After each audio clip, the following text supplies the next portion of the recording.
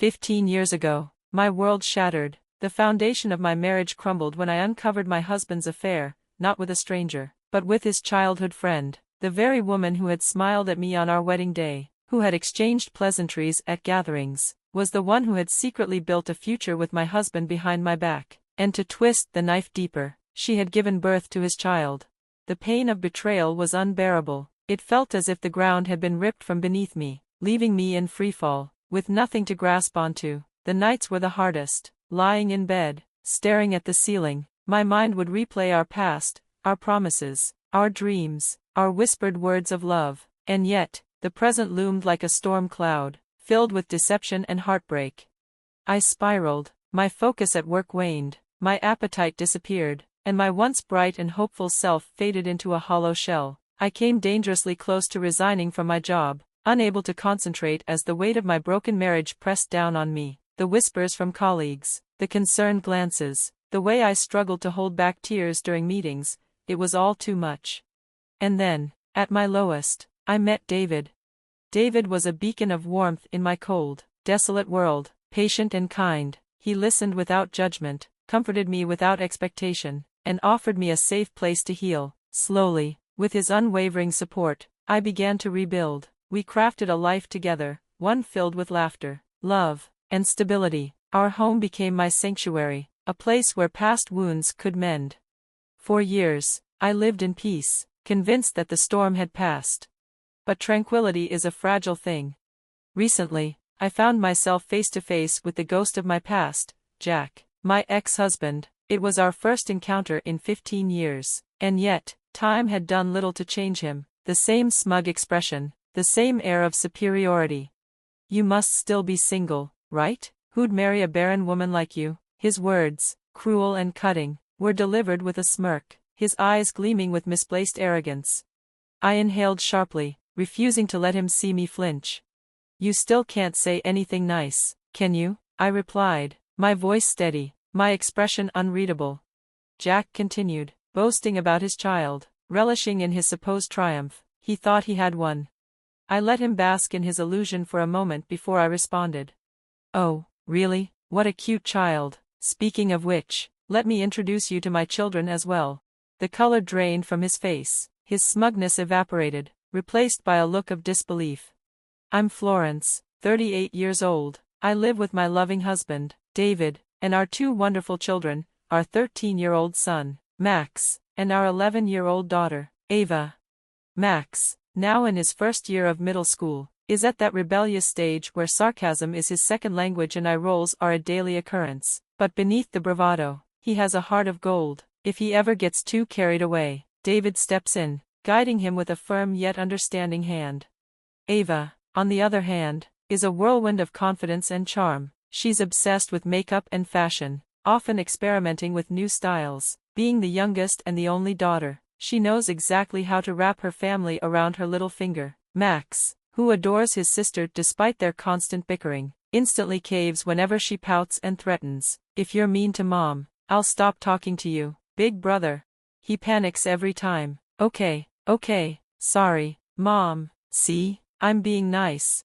Despite the chaos, our home is filled with warmth. I lead a happy, bustling life, one that many would envy. But what most people don't know is that this is my second marriage.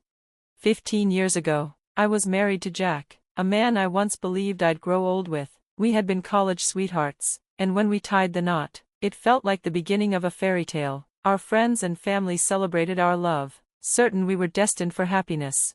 In the early days of our marriage, we often talked about children, daydreaming about our future family. "I really want a child soon," Jack would say, excitement in his voice. "It would be fun to wear matching outfits with our kids," I would reply, smiling at the thought.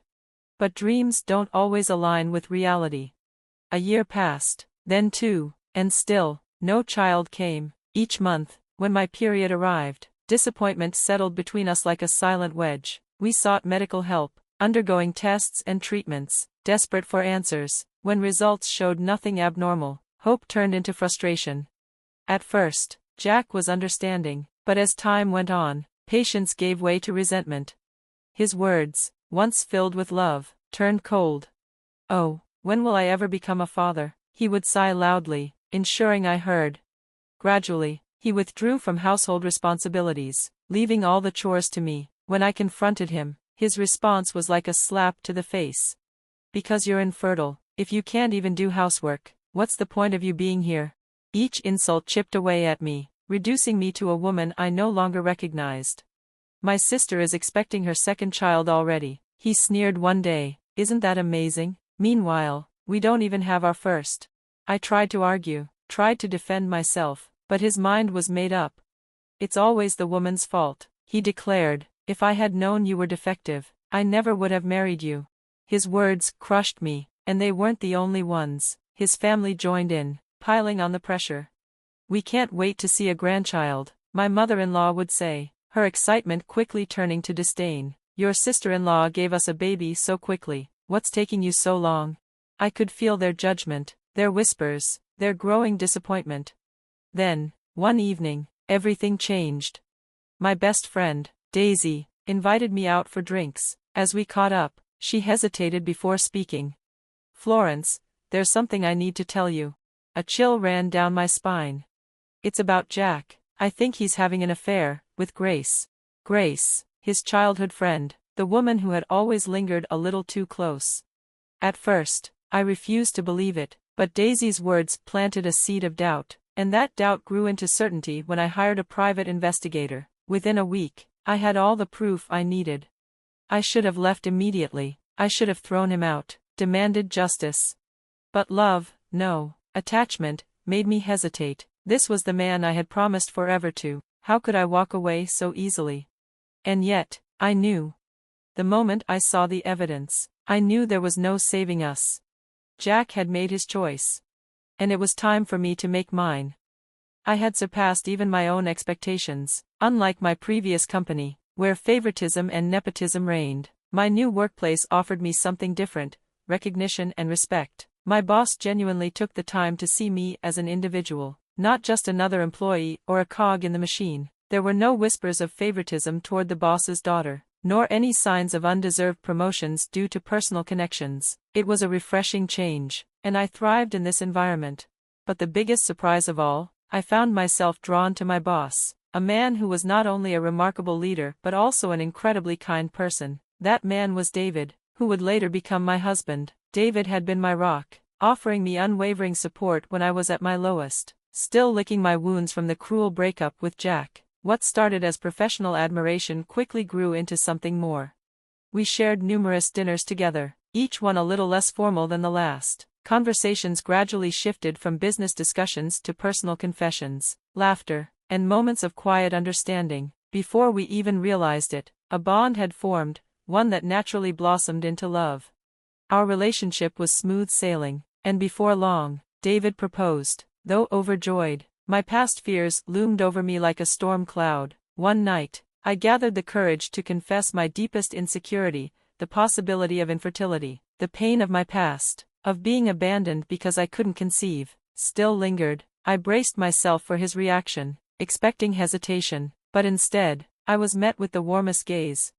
David took my hands in his voice steady and sincere. Florence, of course, I'd be happy if we have children in the future, but the most important thing is you. I love you, you mean everything to me, and whether or not we have children, I will always be by your side.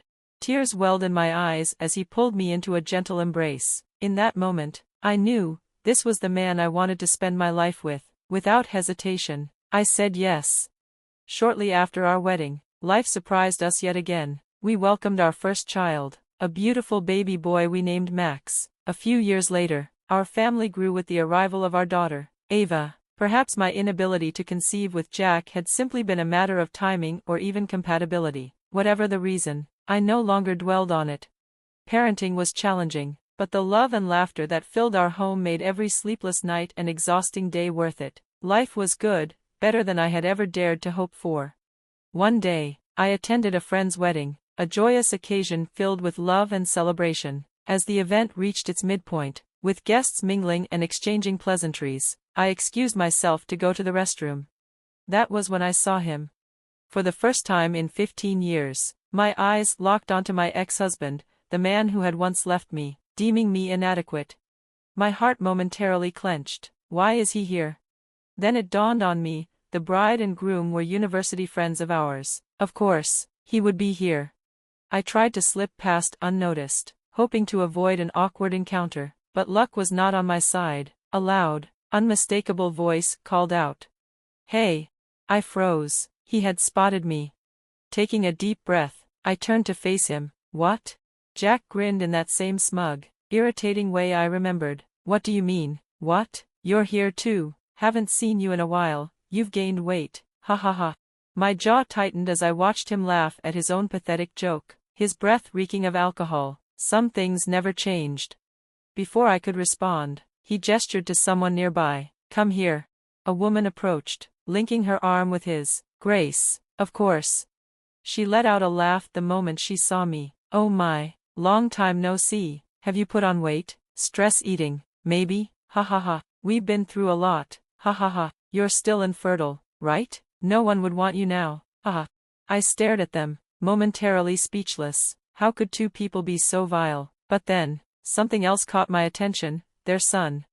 A boy stood beside them, his handsome features marred by a deep blush of embarrassment. Unlike his parents, he looked genuinely uncomfortable, his gaze lowered in shame. Jack, completely oblivious, proudly patted the boy's shoulder. "Oh, I forgot to introduce him. This is my son, handsome, isn't he? Takes after Grace." Grace beamed. "He's smart, too, a real genius." "Sorry, it seems like we're the only ones with a happy family here, ha ha ha ha." Despite their laughter, their son's expression darkened. It was clear he did not share their enthusiasm for their cruel taunts. He must be a kind child, I thought, a stark contrast to his parents. I was about to walk away when Jack suddenly grabbed my arm, his grip tight. "You divorced me because you couldn't have kids, and yet you still took money from us?" I stiffened. He still held a grudge over something that happened 15 years ago. If anyone should be resentful, it was me. Grace sneered. "Yeah, you're infertile and single. Why do you need money? Families like us, with children, need it more. Give us back double what you took." Before I could react, a voice, young but firm, spoke up.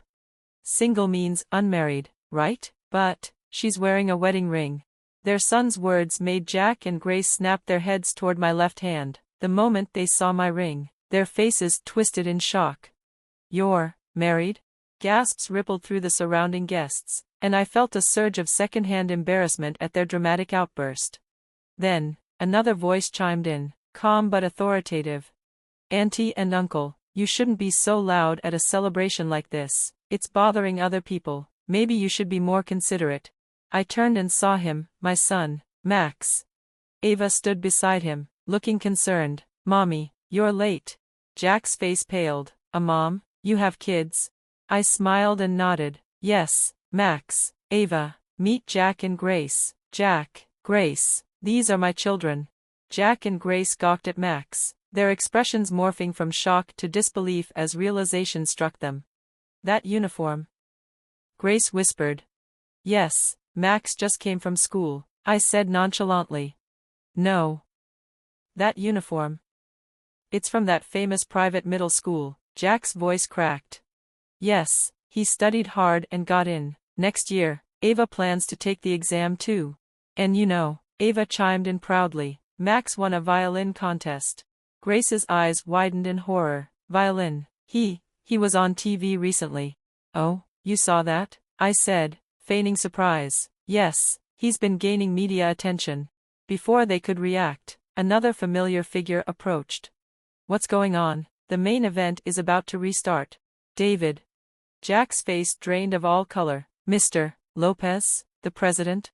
Indeed, my husband was none other than David Lopez, the president of the parent company overseeing Grace's father's firm, and Jack and Grace knew exactly what that meant.